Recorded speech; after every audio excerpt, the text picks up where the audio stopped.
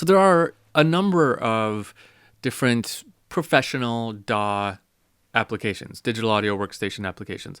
Logic is one. Pro Tools is another one. It's probably one of the most popular ones. Ableton Live is another one. FL Studio is one that's becoming more and more popular. You could say Reason is becoming one. There are a lot of different applications that do this. And each of those applications kind of sort of have their niche, but as they get developed more and more, they're all becoming equally good at doing different things. I work a lot in Ableton, I work a lot in Logic, and I work a lot in Pro Tools. I haven't spent a lot of time in FL Studio, but I know that people that do a lot of dance music, a lot of trap, dubstep, that kind of stuff, love FL Studio.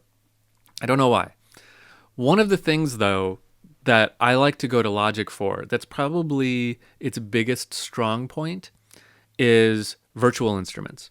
Here's what that means. That means, see all of these that come up in this template? These are sounds that I'm just playing on my MIDI keyboard here.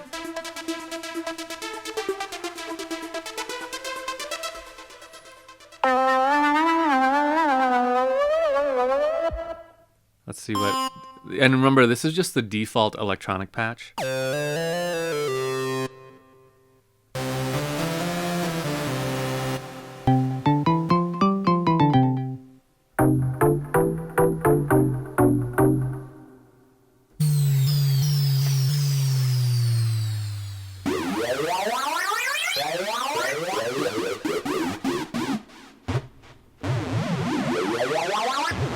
It's kind of fun.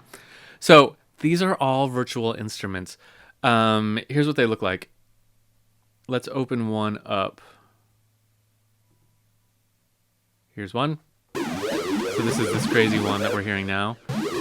So we can adjust this, and there's presets that we can load up, and there's a lot of control over this. Logic has a lot of virtual instruments. They have a lot of really good sounding virtual instruments, and Logic as a program can handle running tons of virtual instruments at a time, which is why a lot of people in the film scoring world like Logic, because you can queue up a virtual orchestra, and you can get a really good orchestra sound through virtual instruments, and some careful manipulation of the sounds and what you play and all that good stuff. But it can handle playing, like a lot of these. Each one of these is reasonably taxing on your computer. So depending on how fast your computer is, you can load up, more and more and more of these. I'm on a really fast computer, so I could probably have over 100 virtual instruments going, and I would be okay. If you're on a slower computer, you won't be able to have that many, but one of the advantages of Logic is that you can have a lot more in Logic than you can in the other programs. It's just designed to handle virtual instruments really well.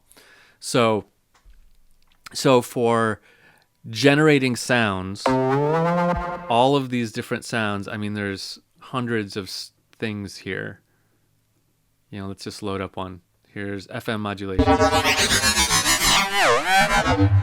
And there's also, what you're only really hearing right now is goofy stuff. But let's see, strings, authentic strings.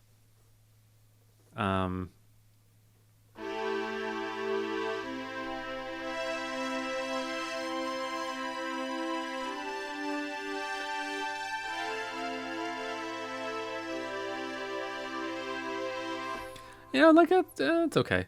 That's a pretty good string sound. Here's a solo cello.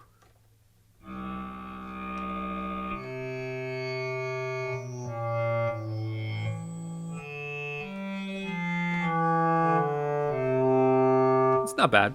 So some pretty realistic sounding instruments are in here, as well as some awesome goofy stuff like probably this one.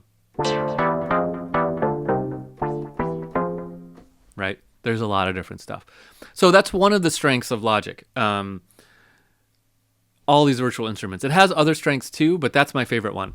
And that's worth pointing out because we're going to be doing a lot of virtual instrument stuff in this class.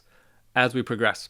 So, that being said, let's move on and let's talk about getting you all set up with Logic. Now that we know kind of what it is and how it works, well, not really how it works yet. We'll get to more details about how it works.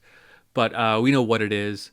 I want to walk you through how to get Logic, some tricks for getting it cheaper, and then we'll do a quick walkthrough on installation if you haven't installed it yet.